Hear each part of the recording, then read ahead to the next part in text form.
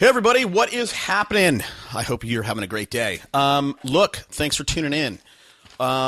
This show is dropping on Friday, so hopefully you've had a great productive week. This is December, man. So hopefully you're planning out what you're going to do for 2016. Now, look, today's, commonly you'll hear me say we're doing something a little bit different. Remember, how I do that? Well, today we are. Today we brought on the show. This guy is really an investor type guy, okay, real estate investor. And I brought him on for a couple things. One, I think it's good for you guys to hear a different perspective on real estate. This guy's a pretty smart guy. But two, this is something I talk about on the show, okay? Most real estate agents, now this is most, maybe not you, but most real estate agents never ever buy another piece of property except for the one that they live in. That's it. And you as a real estate agent, you guys see deals. And, what we talk about on the show is we talk about how, with real estate, it is the only industry, unlike stocks or something, where insider trading is legal.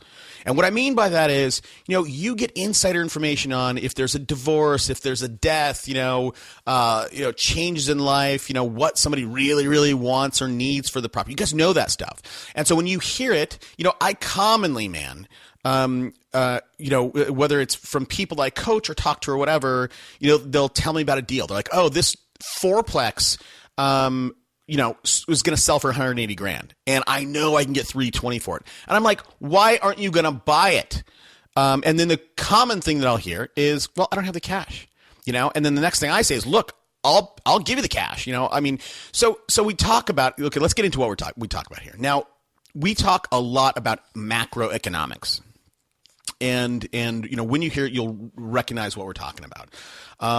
We talk about where you can find opportunity.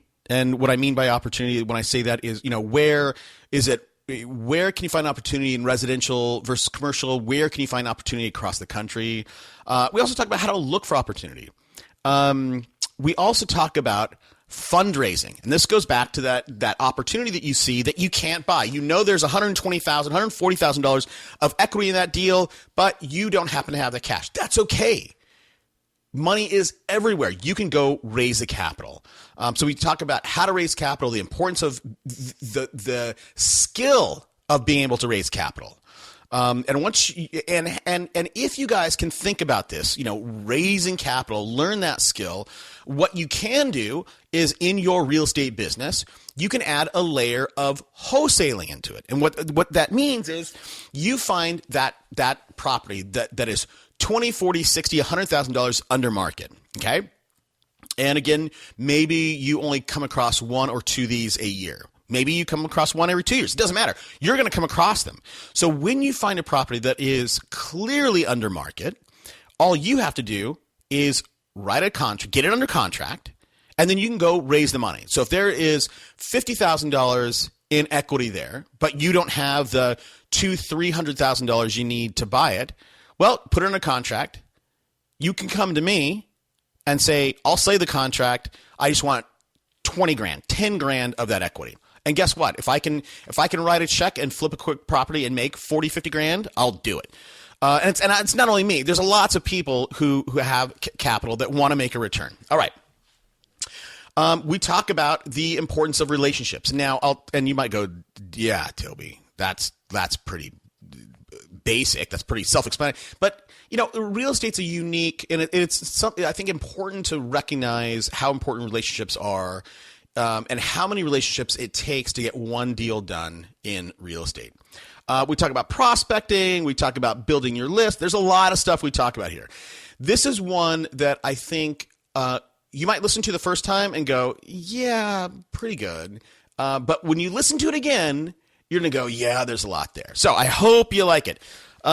Really quickly, I got to tell you, if you've left an iTunes review recently, I really, really appreciate it. I just looked at them. We've gotten some great ones. Really, really. Let me just give some of these people some shout outs. Massive 45. This is a necessary tool. Biamba, number one, the best podcast, real estate podcast ever. Powerful wit, invaluable service. Beer Man, I can't express how great the show is. Franciles. Toby somehow gets these huge names in real estate. Hawk 212, I love Toby's questions. Thanks, man. Eli M. Sinili, I don't know. Kama Shrimp, Toby hit it on the mark. Los Tigres del Norte. Fratstar 578. GGBBDXBN. Content's great. Raz Vedekchik. What are these crazy names? Guys, what are these crazy names for? Trevor Jones. I'm a broker with a degree in business and real estate. I will learn in any 2 episodes of Super Agents. I get more education than all of my schooling combined. Thanks, Trevor. Thanks, Trev. TJ. Real Estate Brevard. Jay Flair. Marianne Bacol Uba. TC Realtor. JL51015. Awesome show. Thanks, guys. Randy Farrow. Savvy T101P. Mikila. Kick L. What are these crazy names? Kick LST71. Thanks, guys. Listen to what he says. Ely, my agent. James Bosla. I think I just murdered your name, James. Eric Carey. This is my weekly podcast. I know Eric. GMAC444. Martel buys houses. Always golden nuggets in every show. Mark Rickert. Toby and his style of interviewing makes a podcast. Thanks, man. Appreciate it. Wise Sen. Favorite real estate show. Matt Curtis. Real estate. Just found the show. Great content. Now, Matt Curtis, I got to tell you, Matt Curtis is a client of ours on Real Estate Radio Experts. This guy is doing about 350 deals a year. We should get him on the show. He doesn't like his voice, but he's killing it, man. We put him on radio, and literally the first week he put him on Monday, Tuesday aired spots. By Wednesday morning, 9 a.m. he had 3 appointments. So hey, Matt, thanks for being part of our team. SGS Gabrielli, you're the average of the 5 people you hang out with. This podcast helps me. Validates me, educates me, motivates me. Mattio807 just stumbled onto it. Love it. Walesco, Marco65. This guy's an idiot.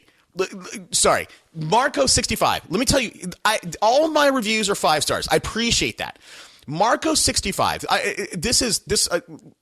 This is worthwhile listening to, guys. Okay.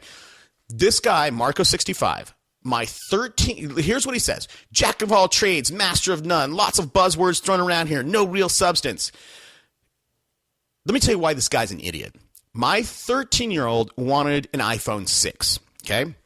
She wanted an iPhone 6S. I said, you don't need to spend $750.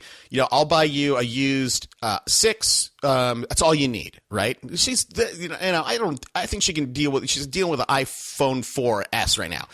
But she wants an iPhone 6. All right, you're 13 years old. So here's what I told her. Here's the deal. I said, listen, it's going to cost me about $450 to buy the iPhone. I said, here's the deal. If you go out and make on your own $100 in 30 days, I will buy you the phone.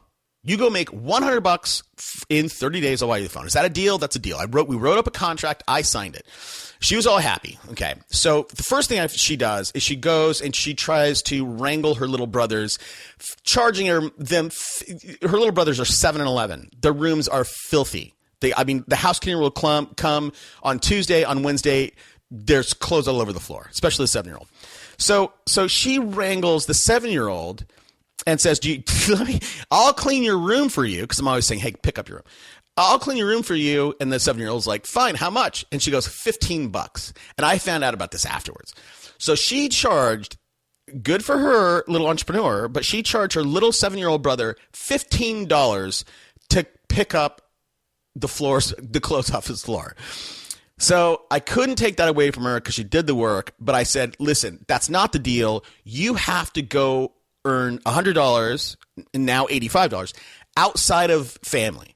So then she kind of went around my back and talked to grandma and got some work from grandma.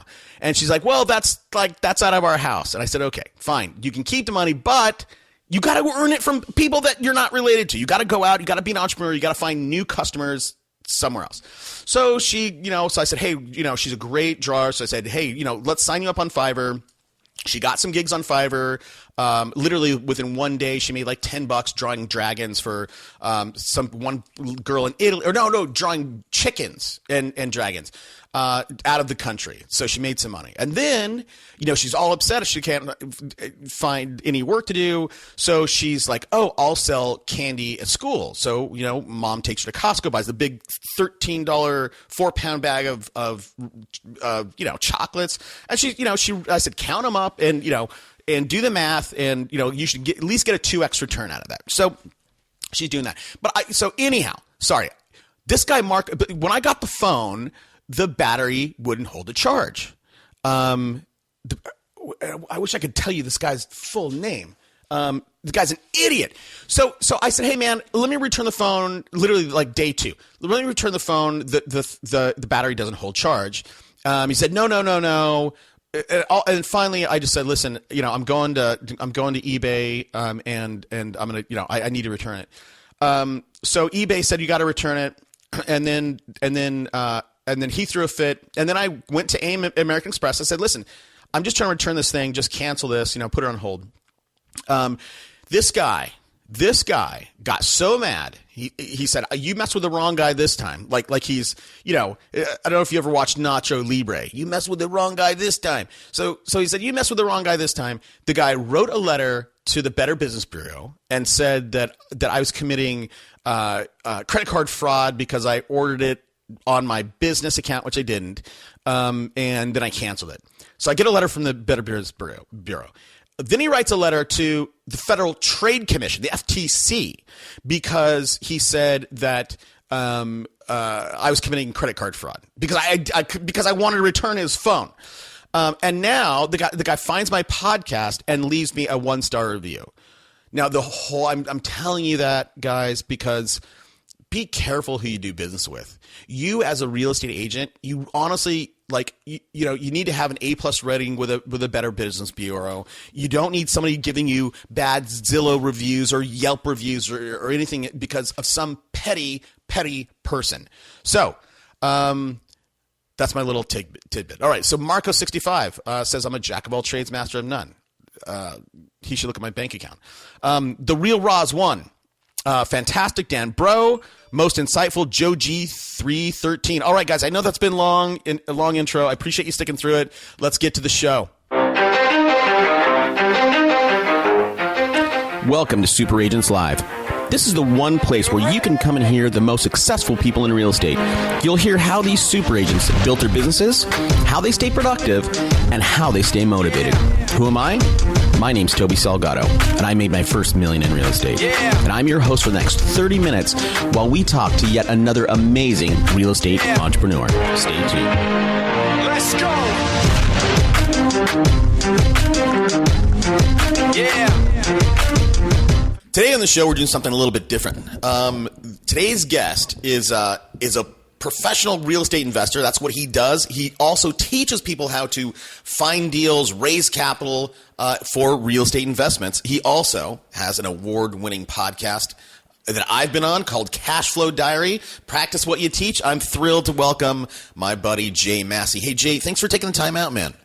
I'm glad to be here. Thanks for having me. So listen, Jay, give the audience a brief overview. I know you have a really rich and varied background, but maybe give people a sense of who you are, and then we'll get into what you do. Sure. Father of 4 children, husband of 1 wife. That's typically how that starts. And the oldest is in college now, and the youngest just started preschool, which or kindergarten, one of the two. I don't know. I forget which, but he's all excited about it. Either way it goes, 3 girls, 1 boy. Military kid, so I grew up in many different countries on the way, mostly in Germany. And I've so don't ask me anything about the 1980s, by the way. I won't know the answer because I was in Germany, and that's just a little bit of trivia. So if I'm ever in a game of Trivial Pursuit, I'm not the guy. Well, I mean, were you there when the wall came down?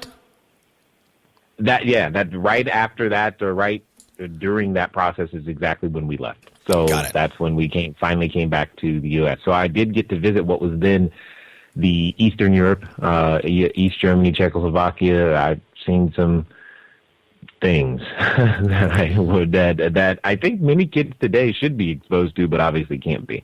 So how did you so you're a military, I mean, it's funny that, to me, Jay, that, you grew up as a military kid, right? So military people are, very structured in the way they live and what they do, right? You're in the military. And now, I mean, and then you migrate to this thing where there's no rules at all. I mean, and that is not only just being an entrepreneur, but now you're messing with real estate.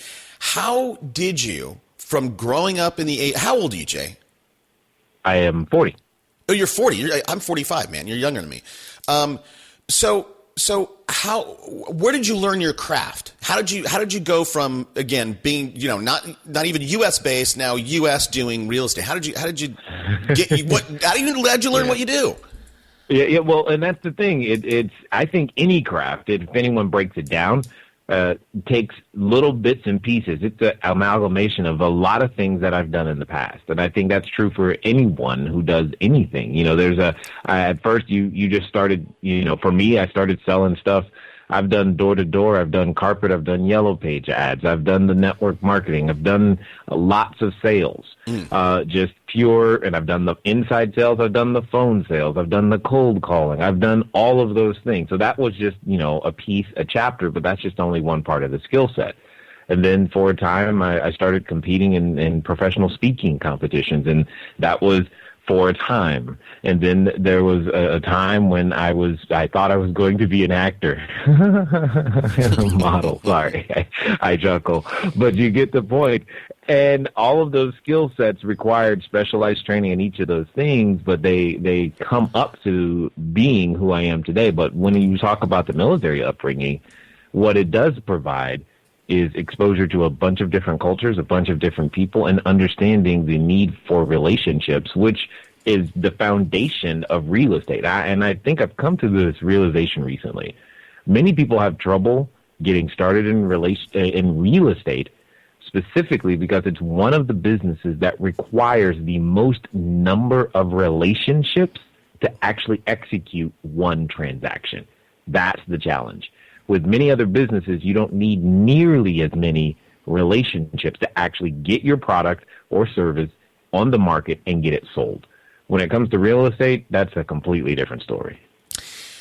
Okay, that's interesting because that's an interesting notion, and I would agree with you. But I think that tell me your idea on this, and I'm going to see if I can articulate this for you, Jay. I'm a relatively private guy. However, I have tons of relationships. Now, especially in business, the way that I treat my relationships, for better or for worse, they're transactional relationships. And I have no problems with having those kinds of transactional relationships. Do you see how do you view that, relationships versus those just transactional relationships, if that's clear at all to you? Yeah, it's clear. It's just that when I was in the more buy and sell world, that was very true of a lot of the relationships that I had or needed as well. I just don't do as much buy and sell as I do as buy, rehab, and hold these days. So the difference is I know that I'm going to be in a relationship. So say, for example, we have a relationship with T-Mobile. They're a tenant, and we have one of their cell phone towers on our property. That's a long-term, multi-year relationship. Same thing with a lot of our tenants. Same thing when you have lending partners who are going to be there, or private capital who wants to build cash flow. All of these things require long-term relationships. And trust me, we also have a 182-unit building. That you're not going to go through. That's a long contractual relationship with your rehab people, contractors, maintenance, etc. in order to pull that off. You just have to, by default, have longer relationships to make all those things work. So it depends on the type of business you're in. When I was wholesaling, and that was like the major source of our income, it was in, it was out, it was in and out and over, but I still tried to make them long-term relationships by having people who had more than one property. So if I knew you had, one property or 10 properties, I wanted to deal with the person with 10 because I build one relationship once, and then I have, 10 individual transactions from that. Yeah. So, and I'm very much like you. I'm naturally introverted and shy. I'm not the best at initiating relationships, or repairing them for that matter when they get broken. Yeah. But what it comes down to is I have to learn certain abilities in order to have the business grow. And just because I'm not the best at starting them doesn't mean that I can't find techniques in the marketplace, especially today, where I attract people to me, which is what we've become very good at. So how do you do that, Jay? How does somebody become? And I think that's a fascinating topic, because I think as salespeople, most people, the standard old kind of rules that we've all been taught is chase, never say no, right? Just keep just keep pounding these people, like you're on the African savannah, right? You're just chasing, you're the cheetah chasing that gazelle down. How do you, Jay, think about that pull or push versus pull, or attract versus chase? Yeah, well, and again, there's a time to chase, so to speak, as you're saying it, but the question is what you're chasing and what stage of relationship is that person with you. That's what's missing from most people when they say chase. When they say chase, they're usually chasing a very cold relationship. So for our perspective, first, and I'll also remind me to tell you there was this one technique that I use, and I'll give it to everybody. I want them to go use it because they'll be able to attract more people to them. Now, it'll take absolute, complete humility in order to pull it off, but if you pull it off, you will attract leads to you every day consistently for a very, very long time, every day you do it. So I will definitely share that. But the thing that it comes down to is that when you're chasing, if you need to create an inbound set of relationships or business, etc., you should be sending that information to individuals who already know, like, or trust you in your database in some way. And that's the issue, is that very few businesses or small business owners or real estate agents, real estate investors especially, we fail to build a database of people who even have an interest in real estate. That's all I'm asking. Build a database of people who have an interest in real estate. Once you have that, and you quote unquote feel the need to chase, your chasing is as difficult as sending out a text message or sending out an email today that says, hey, and typically what I'm teaching people is to ask for a referral. Hey, if you know anyone who would like to receive a similar service to what you've done or what you've done with us, or if you know anyone who is looking to sell a house or buy a house or sell an apartment building or use their retirement, in my case, I'm always saying use their retirement plan to invest for positive cash flow. Do you have anyone that you would refer them to? And if not, please choose us. Yeah. And when you send that information out to people who at least are already familiar with you, you're going to get an influx of calls and requests more than you can possibly handle. Yeah, no, I think that's great. And I think the other way that I think there's so much gold in your own database, right? Number one, you have to build it. But I think, even when I think people come to me and go, Toby, hey, listen, I need a new accountant. I need to hire somebody. How do I go about doing that? Do I go and post on Monster? I'm like, ask your friends, man. Like, send that out to your database. It's crazy. Right. Use them. Right.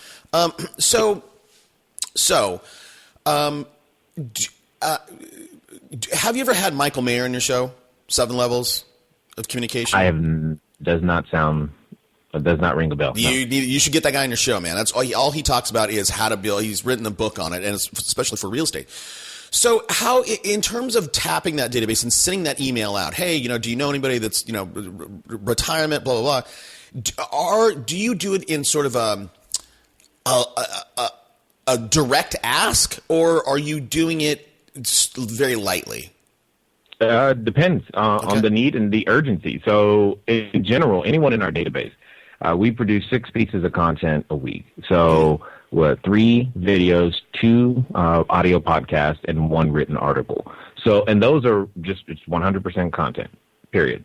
So by the time we've actually asked for something, it's like, we've given so many more ideas and tips and tricks on how to grow your business and make things happen that it's not really that big of an ask, so to speak.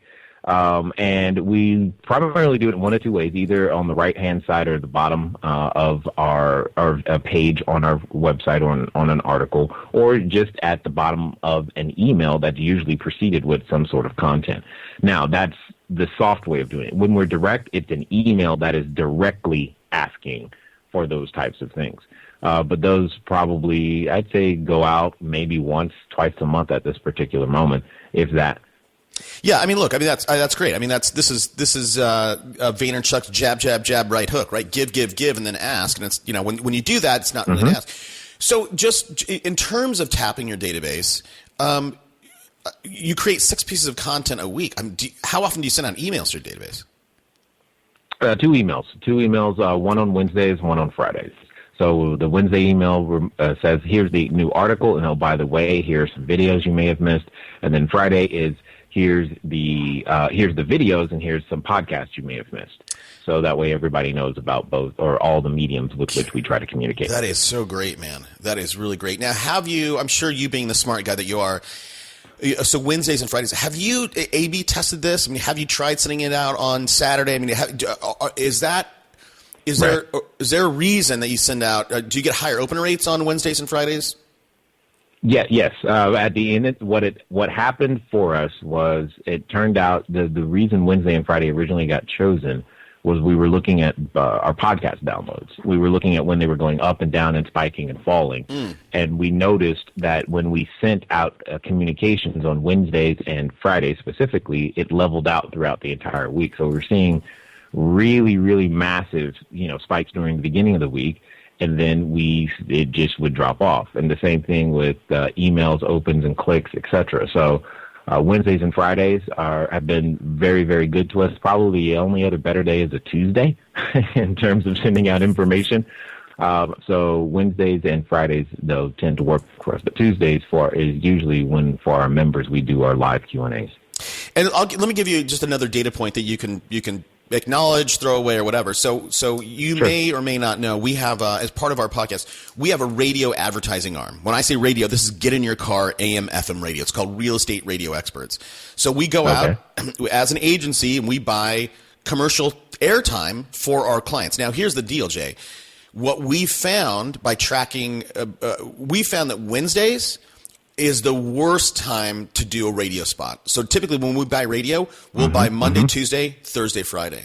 So it's interesting that your database, that's a bad day for us. And again, 2 different mediums, 2 different things. But again, well, it kind of makes sense if you think about it, because one is a persistent medium, and we're kind of filling in that space in the midweek where it's on demand. Yours is more of a push. If they're in the car, happen to be around that time, it would make sense. No one by the time Wednesday hits, everyone has decided what they're finally doing this week, and they're doing it. And then Thursday comes around, it's like, hey, what are we going to do this weekend? Let's begin to do some things and get in the car, etc. So yeah, it kind of makes sense a little bit. So everybody, as you said, Jay, everybody should have a database. Mandatory. Let's talk about list building. And again, so my show is about entrepreneurship through the lens of a real estate agent. However, 80% of my listeners are real estate agents. What are some strategies or tactics that you can maybe pass along for list building? At the end of the day, it's got to be something that you're going to be willing to do and or give away. But what it comes down to is give a simple solution to a problem, a simple solution to a problem. It's got to be consumable within, say, 5 to 7 minutes, and easily downloadable. It's just got to be a very, very easy something for free, something that I have a problem with, something that they want. For example, and I'm not a realtor, but if I was and I was marketing to realtors and I wanted more realtors on my list, I would say, here's a 7-point checklist that you need for every listing appointment. And that's going to begin to get realtors. Yeah. What are those 7 things that I need for every listing appointment to guarantee I get the sale? All right, cool. I don't know what those 7 things are, by the way, but whatever they are is what I would begin to do. And I would put that in front of where the marketplace would be, wherever those realtors would be. It's because that's going to solve a very, very specific problem. Now that tells me the only person who's going to do that is a realtor, no one else. You're not going to get a carpenter to download that because they don't care about that. Yeah. It's only a realtor. So I'm going to have a very hyper-targeted list, and then I'm going to serve them based upon that need that they came in, whatever that might be. Got it. Okay. That's good. That's really good, man. That's really, really good. Okay. And I'm just going through some of your episodes as you were talking. We know we have some people in common on our show. So I would imagine. So let's look. Here's the thing. As real estate agents, what I'm blown away is, and even some of the people I coach, they come across great deals. However, many times the only piece of real estate they ever buy is the house they live in. And it's just such a mistake because, here's a line I'm sure you'll appreciate, Jay, is that real estate is the only industry where insider information is completely legal. Necessary. Not even legal, not just legal, but absolutely necessary. Are you kidding me?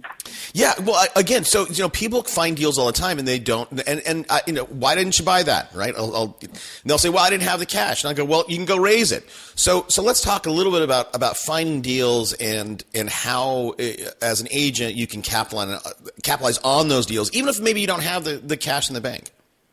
Sure. Well, and that's the challenge is it's twofold. One, it's a thought process. You have to elevate your thought process from I to we. And then second, it's, as you are identifying, it's a marketing problem at the end of the day. So many people because I get the same thing, people they've got all the pieces, but they don't know how to put the puzzle together. And there seems to be this attitude like, well, I want to do real estate, but I don't want to do sales, or I don't want to. I'm like, well, real estate's still a business. For some reason, as soon as you say it's real estate, you forget standard business practices and principles still apply. And I've not been able to figure out that mystery. However, that's really what it comes down to. When you're taking down a deal and you say you don't have the money or the credit, okay, that's the I level of thinking. The we level of thinking is, well, how could we do this? Or who could take advantage of this? If you're the wholesaler, you're not buying for you anyway. You were buying for your buyer's list. You were buying for the person who was ultimately going to have the money. So it matters not whether you have the capital or credit or resources to actually close or execute that deal. What matters is, do you have at least 5 people on your list who would be remotely interested in what you're looking at? And if so, then put it under contract. If you're going to keep it for yourself, now instead of being greedy and going, well, I don't have it so that I can get all the benefits. Well, what benefits do you have, or what resources do you have that you could contribute when packaged and paired with somebody else? Together, everyone could go and win if you were the one, say, in control and directing the ship. So when you elevate your thinking to that level, then suddenly you're now in the realm of possibility of being able to buy any piece of real estate on the planet. Yeah, I agree. And again, I think that just even the simple notion that you're suggesting of, you see a deal out in the marketplace, put it under contract, and I commonly say, look, money is everywhere. Deal flow is the thing that's hard. If you can truly find a deal, you can find money for it. Money's easy, at least in my world. I agree. I am going to agree with you that, in fact, it's in everybody's world. Every person, human listening to this right now, regardless of country, you all have the same issue. We have an oversupply of fiat currency in the system and an undersupply of experience and expertise to go out there and market and to have that be put to productive use. This is worldwide. If there was an epidemic, pandemic going on, this is what it is that there's too much money in the system, and very few people, relative to the amount of money, know exactly what to do with it to put it to productive use. Yeah, so as somebody out there, in let's just keep it the U.S., right? Somebody's out there in Boston, Canada, sure. Whatever. They see a deal. Talk us through the steps. So they see a deal. They know that it's 20%, 30% under value, under market, right? So clearly there's an opportunity. Maybe just outline some of the steps that you would go through in capitalizing on that opportunity. Well, I don't want to try to make it sound oversimplified, but if I'm confirmed on my value, if I'm certain that is under market, that is, a deal, as you say, then the next step is to get the thing under contract and secure it. I've got to secure my rights to it in the U.S., what we call equitable interest, and with the determinable contract, so that I know that I can and am the only potential buyer for that particular piece of real estate. Once I know that I am in that position, then the next thing is all about marketing to enough potential investors to either A, who I would sell it off to, or B, who I would raise the capital from in order to reposition the asset or take it down and put it in the portfolio. It's really that simple. I agree with you. So, but I just wanted you to say it, right? Because on this, you're the authority on this. So, but look, okay. So now I'm gonna put it under contract. Now I can put it under contract with my name, J Massey, or I can put it under contract with my LLC or corporation, right? Massey Industries. Should people be armed with, a vehicle, a corporate vehicle, LLC, in order, because if there's a $300,000-$500,000 piece of property, I don't need to sell it to one guy. I mean, I can put together a syndicate, right? I can have 5 people invest in this deal. Yeah. So now we're just going to make it that much more complicated. But yeah, you can do that. Yeah. Well, so is that with you as a wholesale? Do you typically go 1-to-1? You find one deal and sell the paper, or explain this for somebody who doesn't know. If this is a foreign concept to a lot of people, Jay. Okay, got it. So here's how I'll do it. Here's how I'll do it. I'll use a very common technique of taking the known and bridging it to the unknown, so it'll make more sense. Okay. Let's pretend for a second that you know of this small little company by the name of Apple. And what they do is they produce technology that you actually want to use and consume. Anytime they come out with a new version of it, a couple of things happen.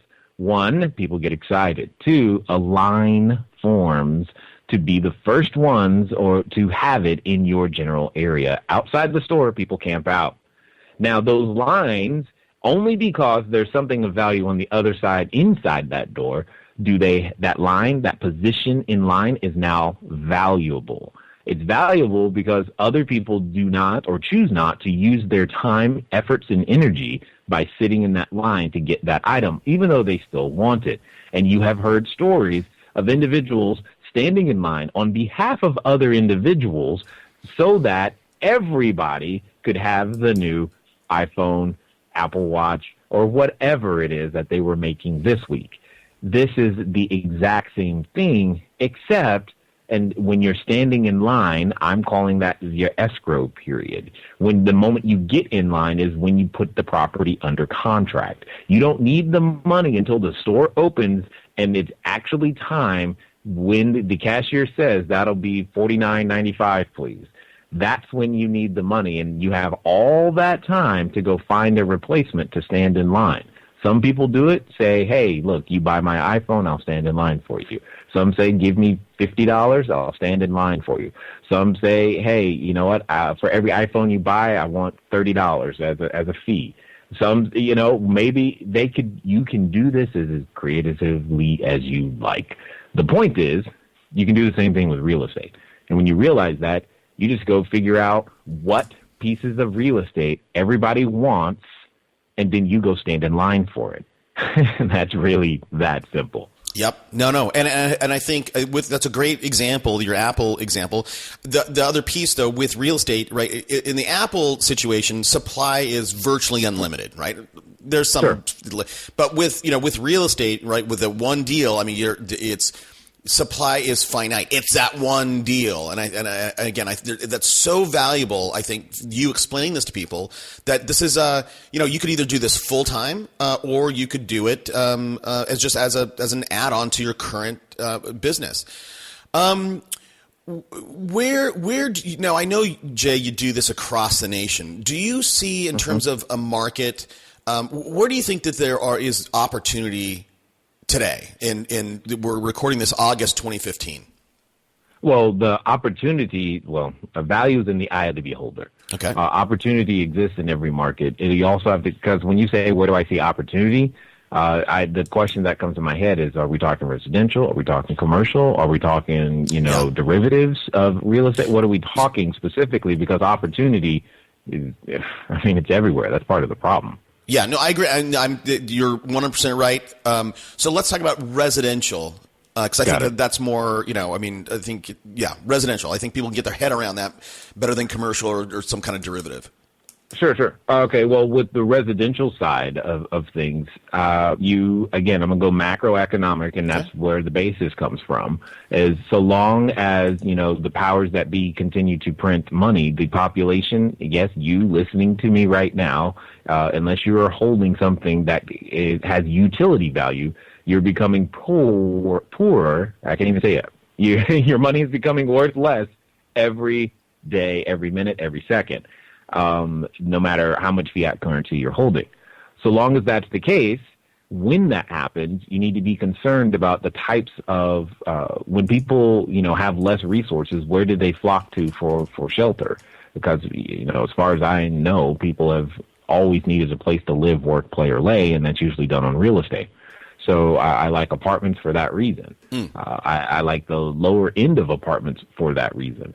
Because, and I've seen this happen over the past few years where, I guess in theory, our credit scores are going up because the person who used to be able to live in a little bit nicer place or nicer part of town can't because rents have increased, but their wages haven't.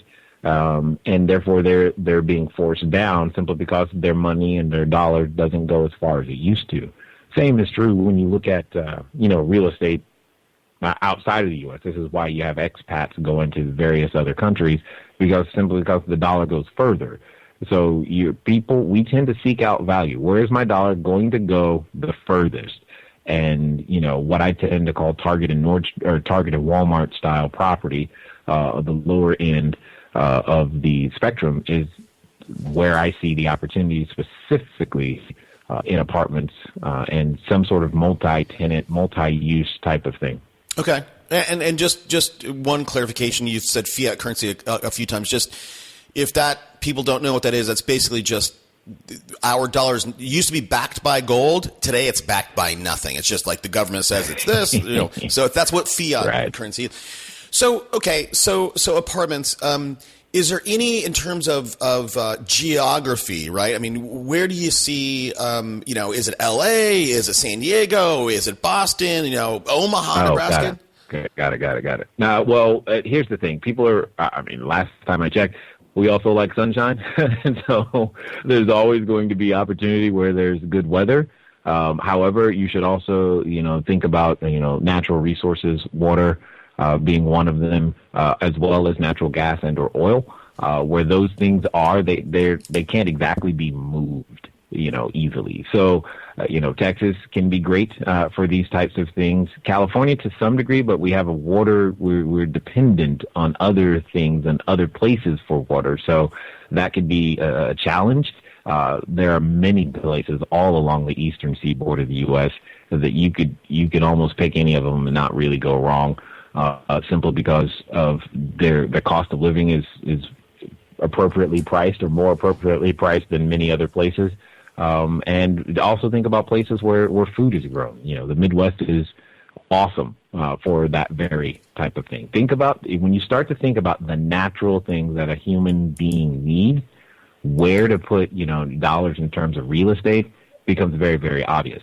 And here's the major reason why I'm saying this, is because most everything else, it needs those basic things in order to exist. For example, Silicon Valley is nothing if there is no food, Right. And those jobs in Silicon Valley, let's be really, really clear here, they could be in Singapore tomorrow with a stroke of a pen.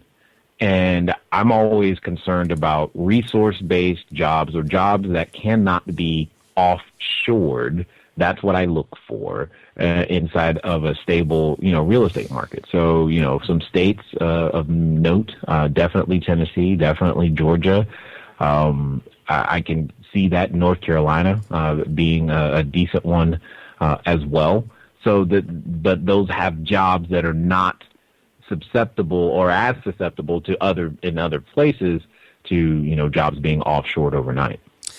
That's really, really interesting, Jay, that you take that kind of, look, you're looking at, maybe education in the market. You're looking at, level of employment in a certain city or market to make some of your decisions. That's interesting. Do you think for what you do, Jay, being a real estate investor, are you an outlier in that sense, or are you special? I would say I'm special, but I would be an outlier in two specific ways. One, I am one of the few African Americans that I'm aware of at this moment, and specifically at the age of 40. Those are the two things that tend to make me unique when I walk into these higher level conferences. Is I'm one of I don't have gray hair. But that's okay. That's okay. And I think we use more technology than most, but that's cool because I think it's time for real estate to catch up. I mean, I know, we still use paper and all, but there's other ways of getting things done. And that bridge it's coming. That gap is coming. And for real estate investors who are being, cutting edge, so to speak, if you tend to, if you're paying attention, there's a really, really big gap between today's technologies, especially on the marketing side, and how to bridge that with real estate, and it can create such a massive marketing opportunity and a business for you that you can't even begin to imagine. Yeah, I absolutely agree. Look, I'm going to ask you kind of a sensitive question, but sure, go for it. You kind of broached it, right? So you're African American, you're a black guy, right? You're not old, right? You're not a gray hair. No. But if you're going to go and raise money, you're typically going to raise it from old white men, that listen to Rush Limbaugh, right? I mean, is that ever a challenge? Awesome, all the time. But here's the thing, and even more so in commercial real estate, and it's very, very discouraging and frustrating that this is the state. But whatever, it is what we deal with. What we deal with, because no one ever assumes I'm the owner. No one ever assumes I'm the syndicator, the promoter, the head guy. They never ever assume it. And especially it's actually kind of fun at sometimes because I can go undercover on my own properties, and none of the tenants will ever think that I'm the owner. They just don't because. They just don't.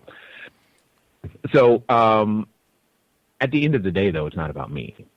The marketplace is blind. I've learned that. If you can provide value, it doesn't care. And it was never about me. It's never about you. It's about the team behind us. And the team is what truly ultimately matters. Is the management team, the rehab team, who's on the team, who's playing ball. And those things are important. And if you can work with individuals who can see past, the surface, then great. If you can't, then great. The cool thing is, like I said, there's an oversupply of money in the system. So there's not a shortage of dollars or people for us to work with. Now, there can be a shortage of open minds, but not a shortage of money. Okay. No, that's good. That's a good answer. What do you, and we, let me look at the time. Okay, we're okay. We're going to start wrapping up here, Jay, but what do you think? I mean, we're in, if I look at the real estate market today, and again, we buy radio across the nation, so I'm really familiar with, from Florida to San Diego. Sure. We are in an environment very similar, I think, to what we saw back in 05, 06, right? This is Greenspan's irrational exuberance. I mean, inventory is really, really hard. What do you think is going to happen? The Fed's going to raise rates. There's no doubt about it. Okay, right? It's not if, but when. What is the real estate market going to look like to a real estate agent selling houses, as well as to a real estate investor like you when rates do go up? Well, those who have been betting on anything other than cash flow are going to have a problem. So that's going to be a challenge. And as far as agents go, I would encourage them to strongly find and learn how to do transactions with buyers and sellers that don't involve a bank at all. That's what I would encourage them strongly to do, because right now, the business is dependent upon the integrity of the financial system. You lose that, there's going to be no commission. So you're going to have to figure out how to operate in that alternative environment. And that's one of the things that we've already done. As of now, we still have not closed any loans with a bank. We've done tens of millions of dollars of real estate, varying levels of, anywhere from, like I said, single family houses, cell phone towers, 182 unit apartment buildings, no bank loans. And you're going to need to know how to help buyers and sellers still transact business in that high inflation or higher interest rate environment where they're not going to want to. And there's going to be this insane amount of capital on the sidelines seeking some of that higher interest as well. So you should begin to build these databases. If you're going to be that realtor or that investor, you should begin to build these databases of individuals who have, capital that they now need to get those high interest rates on or higher interest rates on in some way, shape, or form, or they're going to chase what I call utility value. Because at the end of the day, that's the one thing that we have that trumps nearly every other form of investment. We have utility value. I don't care how great, Coca-Cola does their, thing, but you know what? They can't do it without a piece of real estate to perform their functions on it, to house their workers, et cetera, et cetera, et cetera. We have utility value, and I can always trade my real estate for anything else, just the use of my real estate for anything else that I need. Got it, man. That's good, man. You are good, buddy. I would love to dig into where you got your education. I kind of asked it earlier, but okay. What you said, Jay, you said, hey, listen, if you're playing the game with anything other than cash flow, when rates go up, you're going to get in trouble. Now, we all know that, again, like going back to 2002, you could buy anything you bought. Didn't matter because 6 months from now, that property is going to be worth more. People were buying for appreciation. Now, sure. When you look at a deal, how, and this is just really for me, Jay, is it all about cash flow or in your equation, in your model, how much power or weight do you give the appreciation over the 5 or 7 year hold that you're going to hold it? Got it. And for that very purpose, and this is one of the things I described and explained in my book, is I developed a model called the profit analysis quadrant. It's just designed to take any business and real estate and put it on this simple quadrant that tells you where the profit is, so you can assign a proper weight, as you put it, to understand what needs to happen. Now, what you're talking about is what I call quadrant 1, which is in appreciation. So when there's 4 different areas of profit between appreciation, depreciation, amortization, and cash flow, but we're talking about quadrant 1 right now. Inside of appreciation, though, and that's the thing, many people use it as a very general term. I break it down, and I was taught to break it down, and I like it broken down into 5 different areas because there's 5 different types. There's found, forced, phased, inflated, and passive appreciation. So I'll cover the last 2, the inflated and passive appreciation. So the inflated appreciation is, it's just related to Janet Yellen or whomever's at the helm printing more money. The passive appreciation is what we've all seen. Hey, this area of town is hot, and so everybody pays $30,000 more. Why? I don't know. They just do. Okay, I have no control over those 2. So those get absolutely 0 credit as far as I'm concerned. I don't care how long you can prove it on a historical chart. They get absolutely 0 credit. The only 3 forms of appreciation that I give any credence to is, like I said, found, forced, and phased. Found being 100% dependent upon my ability to negotiate a deal in today's present value dollars that is better than the actual market price, also known as a discount. That's what found appreciation is. It's to use an example in my book, I bought a 70-unit building, and you don't even need to know where this is to know that this was a decent negotiation. I bought a 71-unit building for $60,000. Okay. But how many units? Need to know. 71. And that's my point. You don't need to know where it is. You just need to know that it was standing, that, yes, it had a roof. I mean, it was a real building, okay? But my point is, there was more value there than the $60,000, and that's what I'm talking about. So that's what I mean by found. Forced, this is what the television shows are all about, and this is what everybody sees. This is the fix and flip, the flip that, and the flip this, and you just go in and you make it better. You improve what was there. You just put it back to functional use. You update the kitchen and the cabinets and blah, blah, blah, blah, blah. That's, everyone sees that. You get that one. That one's easy. The fun one is phased depreciation. Builders are hyper familiar with this. This is where you take a vacant plot of land, you begin to subdivide it, then you start building the model home, and you build phase 1, phase 2, phase 3. That's one way of looking at it. Another way I like to look at it is, especially with an apartment building, you take that apartment building and you add something to it. Maybe it's a cell phone tower. Maybe it's a billboard. Maybe if you have a blank wall that faces a freeway, that becomes advertising space. All of these things add additional value and increase the value of that property. So if it's one of those three, found, forced, or phased, I'll give it some credit for sure. But if you're just talking about, hey, the marketplace is going to be hot, or they're going to print more money, I don't give that any credit. That gets an absolute goose egg 100% of the time. Okay. Yeah, and as it should have no value. And I think one quick thing I want to point out is guys like you, some people think, and this ties into to what you just said, a lot of people think, when I sell, this is how much money I'm going to make. And guys like you make money when you buy it. You know how you make money when you buy it, not when you sell it. All right, Jay, look, fascinating conversation, fascinating guy. I always ask for a book recommendation. Now, here's the typical setup that I use, and you can answer it in any way, so don't let me pigeonhole you here. I'm an aspiring agent. I have $25. What book do I need to go buy today? Mine. Okay. And let me tell you why I say that, because I actually normally don't even give my book as the recommendation, but you said $25 meant limited resources. You need to learn how to generate leads, get out there, get interest, and make these things happen. And that's exactly how we started. My wife and I, we were squatting a bank-owned property. She had a medical condition and was unable to eat or drink, and I had a medical condition and was unable to walk and talk. Oh, my That's God. code for... That's how we started our real estate career. So I didn't have the ability to go spend a ton of money on marketing, et cetera, et cetera, et cetera. And I had to figure out how to do this without that backing. And that's what I put in the book. It's 10 steps to creating wealth in any economy. It's like, here's what you need to do so that you can go out there and do some of these things too.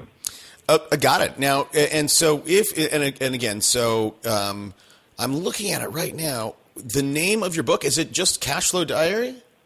Yeah, okay. It's very simple. The name of the book is Cash Flow Diary. In fact, if it's okay, if you're open to it, I can give you a link that give them an electronic copy at no cost. Oh, of course. Yeah, absolutely, man. I'm going to read it. Gotcha. Yeah. For those of you listening, if you're traveling on a mobile device, just send a text message to 72,000. The keyword is book, BOOK. BOOK to 72,000, 72000. For those of you outside of the U.S. or not near a mobile device, just go to cashflowdiary.com/free book. Put in your details, and I'll email it straight on over to you. You can begin reading and learning all about it today. That is really cool, Jay. I really appreciate you doing that. Well, listen, I always encourage my audience, if they've gotten anything out of this, to reach out and say thank you for you taking the time out. I know you're a busy guy. Where can people find out more about you and reach out and say thank you? Sure. I always welcome as many podcast reviews as you'd like over at cashflowdiarypodcast.com. And we have a little over 200 episodes now of interviews with entrepreneurs of all kinds who are out there producing cash flows using, yes, real estate, but also many other different things. You can also catch us just going to the blog at cashflowdiary.com, and I am easily found on every social media platform just by searching for Cashflow Diary. Awesome. And just for the record, guys, I've been on the show, and in the show notes, I will include this link that you need to use for your mobile device, and I'll include the link to my episode with Jay. Hey, Jay, I'll be the first one, man, to kick off the thank you train. I really appreciate you taking time out of your busy day. Thank you. You're quite welcome. I like the thank you train. That's a new one. All right. Thanks, buddy. Let's keep in touch. All right. See you, Talk to you pal. soon. Let's go. Yeah. For those of you that want to know what we're all about, it's like this, yo. This is 10% luck, 20% skill, 15%